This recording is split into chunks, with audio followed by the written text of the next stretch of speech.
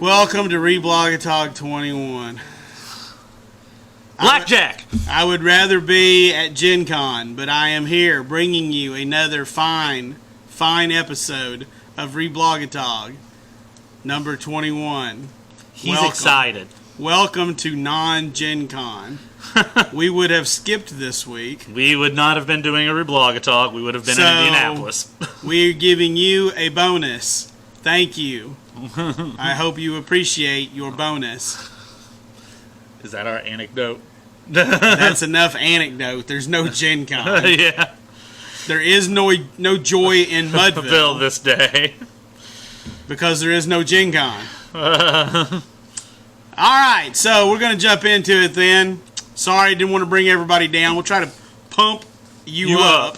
Why does set rotation occur in the fall instead of any other time of the year? And why are core sets always in the summer, thus being in standard the shortest amount of time? Well, back when there was only one large set, we used to have a large set, two small sets, and then the summer set, the core set.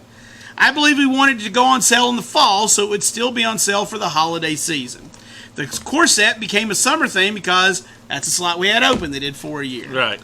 Hey, if you didn't know what you were watching, this is Reblogatog, where we take Mark Rosewater's Blogatog, his Tumblr account, and we give you the highlights. We regurgitate the best questions, in our opinion. Yeah, more or less. All right, so we got a few things that string together here about Neg 1, Neg 1s. I miss them. So, let's see. I don't know if I should jump in here. I'm trying to remember if he explains, but -1 counters have less design space. Yes. And so he has said in the past, we're going to see those once or twice a decade, is what he said at one time. Yeah, very sparingly. And that's been pretty accurate so far. All right, so hey, Mark, I feel as though we haven't seen a lot of -1 counters recently. You'd be right. Yep. Haven't had them since Amonkhet. Is that something purposeful and a future trend, or have they just not been the right fit for recent sets? He says -1 counters have a lot of issues with them, so we use them sparingly. And because there's multiple questions on this, I think we'll get to most of the issues. Right. What are some of the issues surrounding -1 counters? Well, somebody asked us right away. They tear down instead of building up. Also, they have significantly less design space, and the two are not unconnected. Right. So, normally we're wanting to progress the game, and by progressing the game, we get to the end. Right. If we're tearing down most of the time, it's keeping the game from resolving most of the time. Most of the time.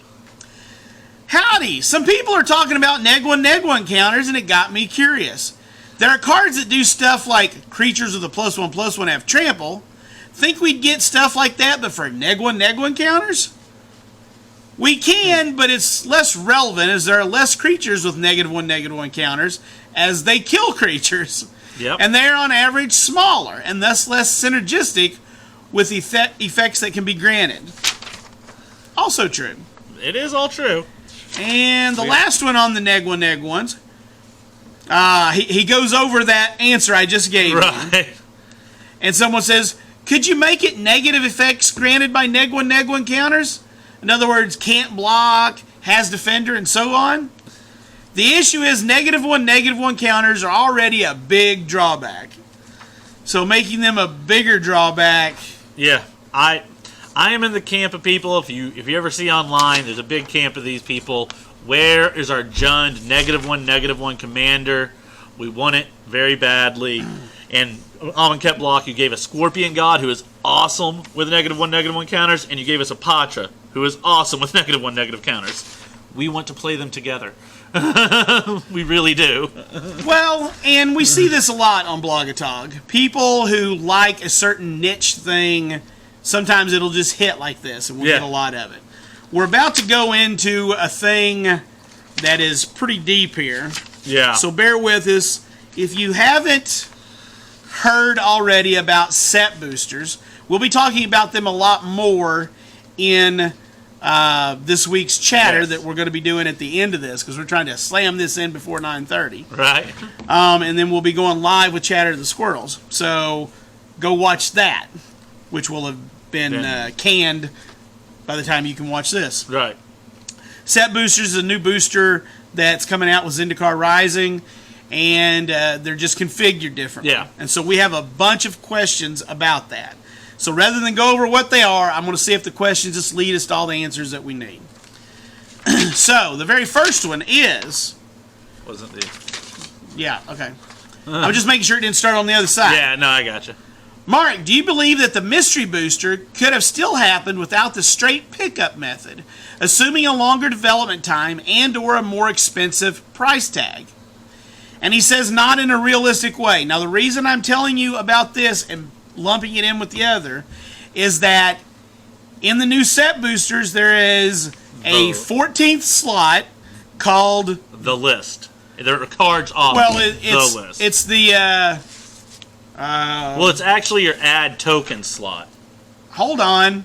The epilogue Yeah. chapter of your pack. That's right. And in the epilogue chapter, it is a token or an ad card, but 25% of the time, it'll be a card off a list. The list. And it looks like WotC is going pretty much full force with doing straight pickups, Yep. which means they just print a card exactly like it was in a previous set using that file that's already created.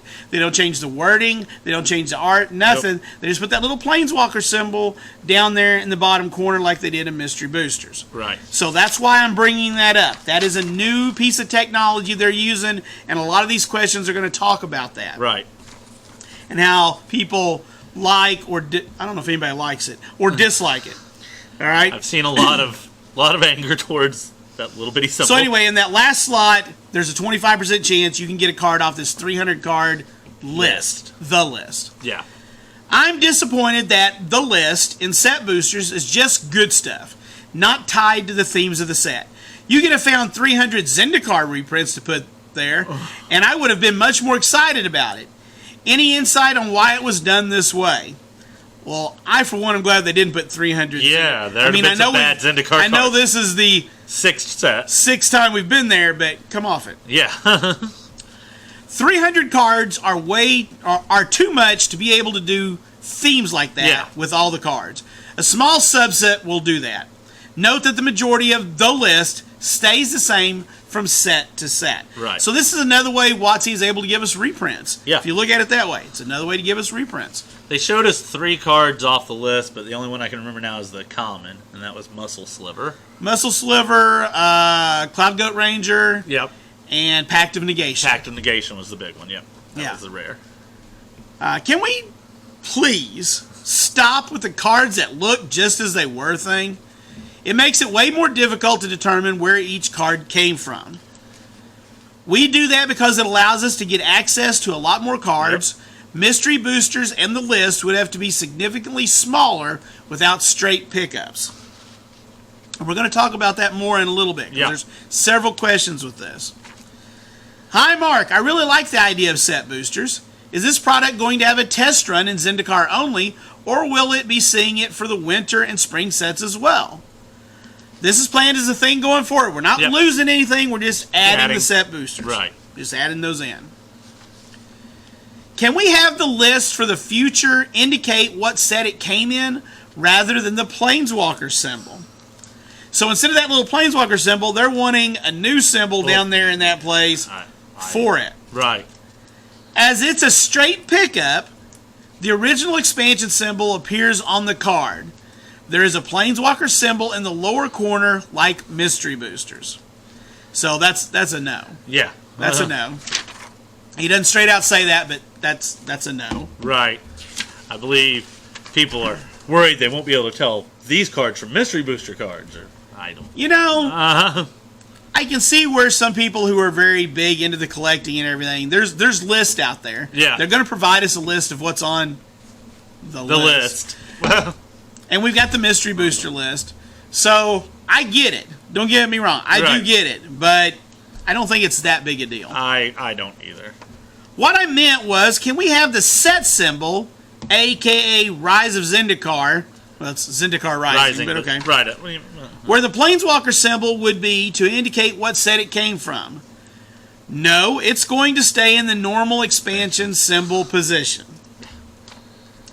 Would it be possible to change the Planeswalker symbol from the list cards to like a Zendikar Rising symbol, so there's no way to confuse them with mystery booster cards. That ship passed a while ago. Yeah. These are already printed, folks. Yeah. We're getting them in just a few months. So that ship has sailed. They're is in what I'm boxes saying. somewhere already, probably. All right. Now, I think some feedback might get that to change, as evidenced by something we're getting to here. Right. Would it be possible to change the Planeswalker symbol from the list cards to like a Zendikar Rising symbol, so there's no way to confuse them with mystery booster cards? That ship passed a while ago. And what about next set, or set after it? Maybe changing Planeswalker symbol to something else would be beneficial. It would allow to check from which set the card came. It can be important for collectors. And he says, I can pass along the concern. Right. So it sounds like they're locked into not doing that. Right. But I get for collectors' concerns, yes, it'll be easier to track, I suppose. My problem with them is I wish they would have put that little Planeswalker symbol over by the normal symbol. Yeah. Not down in the corner. Very difficult to see when you're sorting. Yep. No matter how you sort, it's unusual on the- to look at that set symbol and then have to look at the other side Yep. to see if it's I'll got sort upside that. down a lot just so I can see the rarity easier. Still won't help you. Still won't help. Yeah. Still won't help. We still got a few more of these. Few This is more. the big one this week, guys. Yeah, they're on it. I recognize that Wizards took steps to make it easier to print mystery boosters and the list, but I want you to know I will not play with them, buy them, or collect them. I strongly feel the small Planeswalker symbol on the bottom is insufficient and refuse to use the cards. You're perfectly... That's your choice. Yeah. It isn't feasible to do them without using actual pickups, so it's this way or We're not doing it. Yeah. So he's just trying to tell you how it is. It's either that way or they don't do them at all. What are pickups? And what the Sam Hill is Klee guy trying to say? That's The guy before. A pickup is when we print a card exactly as was originally printed. We change nothing about it save the Planeswalker symbol we add to the card. And at least they're adding that so that You know something. you know something, Right. yes. Otherwise, those cards are just like, wow, those are really sharp looking Yeah. for being that old, because that's basically just printing the same card again. Again. Yeah. So I'm glad they're at least putting that on there. So we can specify them, yes. Will the list always have 100% pickups? Or will some of the cards get the new frame treatment, maybe like a few at a time? I believe the current plan for the list is all pickups. That's the point of the list, guys. Two more and we're there, okay? So the list will change over time. Will a given set only ever pull cards from one version of the list? Or could a later printing of a standard legal set, in theory, have different selection of cards than an earlier printing if the list has changed in the interim? Thanks. All set boosters from the same set will pull from the same copy of the list. So what they're talking about there is that when a set comes in, a premier set, a Right. standard legal set, they print it, ship it out, pre-releases and all that, and then they'll print it for about a year. Usually. Keep it in standard, Right. give or take. It'll get 2, 3, 4, 5, whatever printings. Yeah. And they're asking if it will have the same list that it'll pull from. Yeah. And yes, it will. That list won't change until The next set. the next set. And from what he said, and we answered a question earlier, it's not going to change very much between sets. Right, some cards are going to change. Some cards, but most of them will stay the same. And the last one, which kind of seals it off. I'm curious, how big is the effort gap between a straight pickup and a version that has this updated rules text? Pretty big. Yeah. From a production point of view, updating text is the same as making a new card. Yep. And especially now that they finally keyworded mill, on stuff like this, after 27 years of cards, there's a lot of stuff that has been made to mill that doesn't say mill. You know, that's one of the big ones that now that they keyworded it, in my opinion. Yeah, but that's what we've got to put up with. Yep. And there have been a lot of people calling for old borders. Yes, I really think this is going to be one of the things that we're going to get soon as one of our showcase editions, is going to be old borders, is going to be one of our special treatments or something. Maybe not a No, showcase. I don't know about that, but this is a way that people can get old borders I think by doing the straight pickups. I think they're going to make new cards in old borders at some point. I think there's starting to be a really big. It's still got to have that information down in the bottom corner. It'll still have All to have, modern cards have to have and that. it'll have to have a little holo tag for rares and mythics. I do want to say real quick, since we just touched on this though, for people, especially commander players and stuff, you see all the hatred these people have for that little bitty planeswalker symbol. If you look at mystery booster stuff, they're selling for a fraction of the price of the original copies of the card. So you can really get some value in your commander decks because these collectors hate that little bitty symbol. Yep, because they want the original printing. Yes. So that still allows you to collect the originals and keep them separate. Yep. But for people who are looking to play, it's a great way to... It shows it's a reprint. Yep. So that's really the important part. It's a great way to get expensive, powerful cards at a much lower price. So a YouTube video from the Commander's Quarters showcased a lost Magic file called Spectral Chaos. Is this an actual set WotC designed? I've been playing for 22 years and this design looks super compelling for a supplemental product similar to Conspiracy. If real, may I request some lore behind it, why it didn't get printed? I know a few things about Spectral Chaos. So Richard Garfield had his various playtesters design expansions in case they might be needed. Yep. The East Coast playtesters designed Ice Age. Yeah. The Bridge Club playtesters designed Mirage. Barry Reich, Richard's friend and the first person to ever playtest Magic with Richard, designed a set called Spectral Chaos with a multicolor theme. Elements of it, like the domain mechanic, were absorbed into Invasion's design. So you can find a little bit more information if you go out there and do a little Google foo than what we give you, but it's an interesting little tidbit of Magic history. I do also believe that I remember hearing that Barry Wright, who did the Spectral Chaos, that's actually where Slivers came from. He created the idea of Slivers and Spectral Chaos, I believe. I believe he's also where Barry's Land comes from, which we didn't get Barry's Land, right? But we got Waste. Right. But yeah, that was the idea of Slivers, and then when he joined the team, and they put him into Tempest and everything. All right, so here's some one-shots here, kind of. Yeah. I keep seeing that you guys are getting lots of flack for printing lots of different ways to buy Magic cards. I personally think it's great. I do as well. Yeah. Every product that you guys make, I can think of someone I have known who would love it even if I would not. Some of your products I love now, but would have not been for me even a few years ago. Keep giving us options. The set boosters in particular sound awesome for people that love cracking packs, and I have known many. He just says, thanks, we're working hard to try and make Magic that speaks to all the different types of players. We all love cracking packs, even if we know that it's just not a smart idea.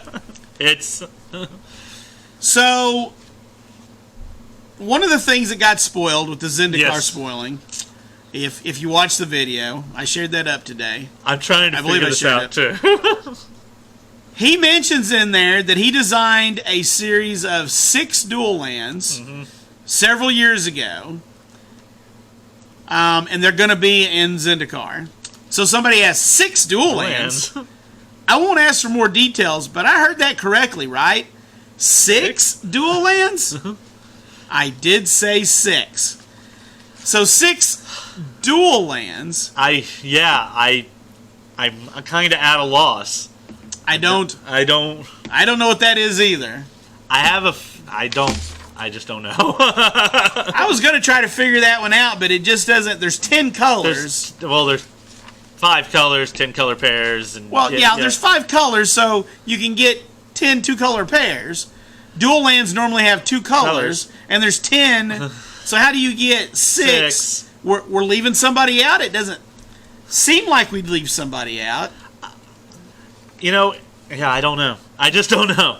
I mean, being dual lands with colorless isn't special. We've had some that already do that, even though we're in Zendikar, right? So that doesn't... And there's still 10 of those needed. Right. So, I'm not sure, but we've only got a few months till we find out. Yeah. So be watching that.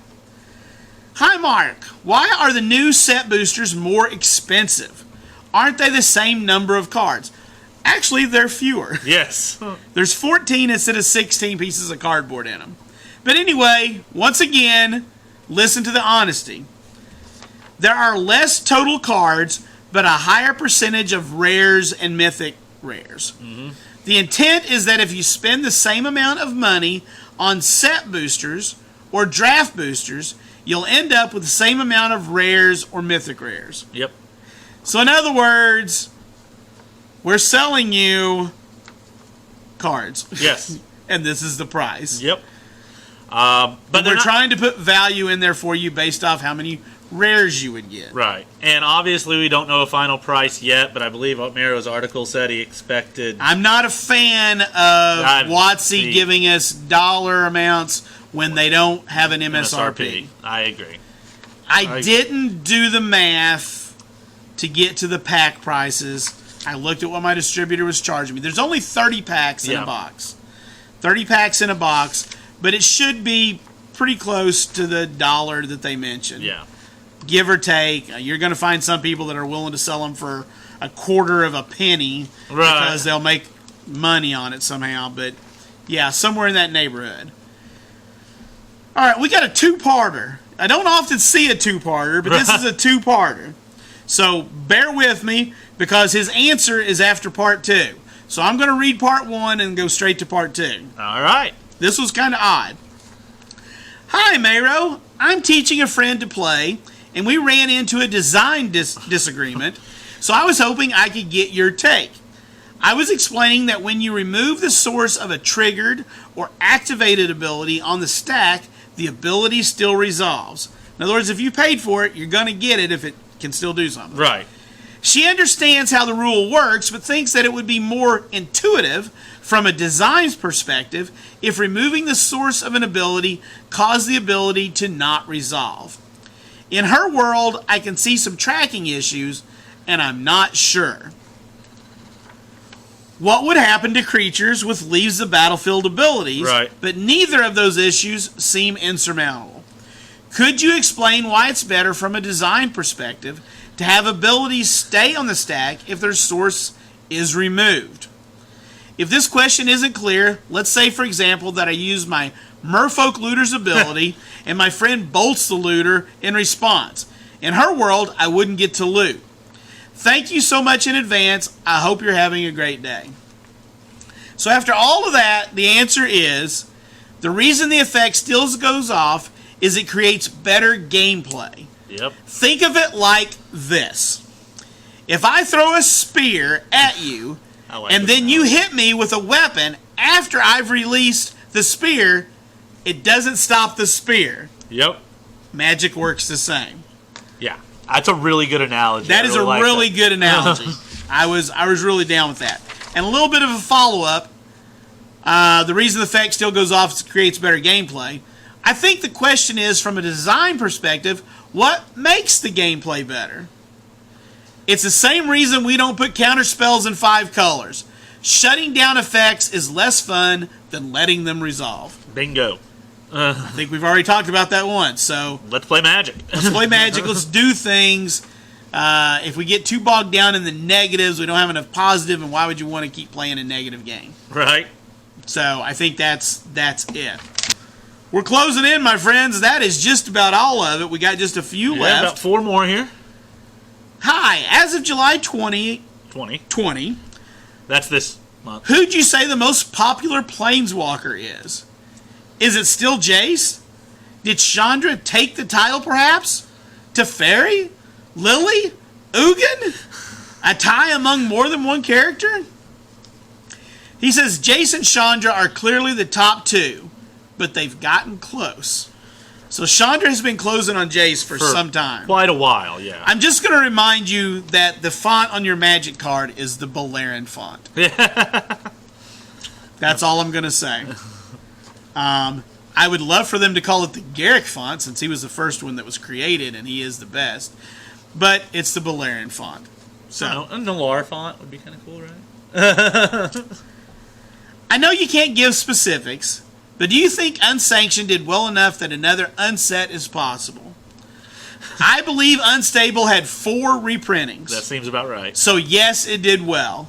I'm optimistic that means we get another unset one day. Well, you know he's already got a big cabinet full of silver bordered cards as soon as they tell him he can make a set.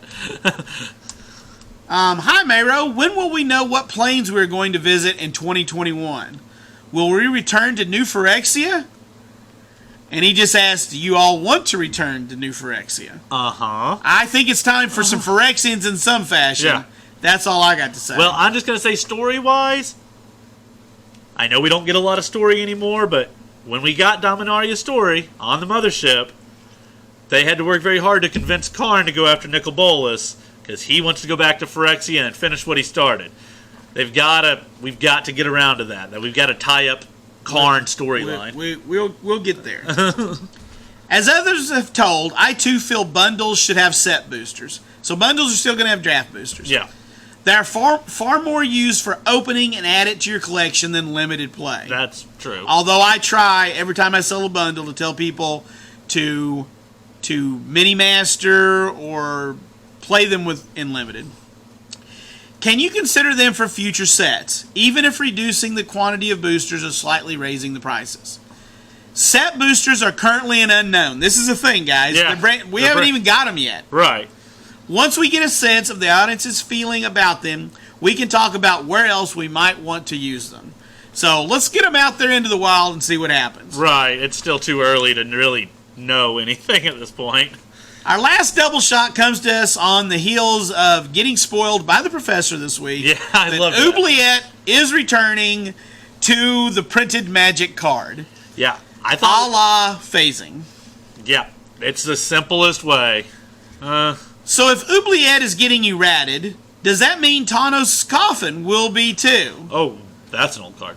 There are no current plans to errata Tawnos' Coffin. That's also on the reserve list, so Yeah. we're not going to be seeing that reprinted. Right. I think they're just forgetting it exists. Right. You know? And then somebody had to ask, so now that Oubliette has been errated, is phasing out creatures in black a color pie break or a bend? It's more bend than break. This is not precedent setting. No. This is from early Magic before everything was Right. figured out. There are no other black cards that do this kind of thing. It's a white ability. It is a white ability, yeah. And for some reason, blue gets it a little bit. I don't know. It was the easiest way for them to reprint Oubliette. We've talked in the past about they couldn't reprint the card because they couldn't fit the text on the card. And phasing was very simple. I think they tweaked phasing in Core 21, and it kind of fixed the problems. I believe I said after we got phasing in Core 21, that's how they're doing Oubliette. The early reason, the problem is it was printed in Arabian Nights as a common, and Pauper became a thing. Yes. So the problem was they couldn't put it in a premier set, a standard set, because that's not in black slice of the color pie Right. anymore. And then, because they've been getting much better at templating cards over the years, it wouldn't fit on the card. Right. And so it took them deciding to use phasing to justify its abilities, to use its abilities so that it works within the rules Right. before they could do it. And now finally, we get Oubliette. Yes. Anyway, guys, that's what we've got for this week. And we appreciate you tuning in. I hope to see you again next week. Next week, we'll have some more goodies from the mind of Mark Rosewater.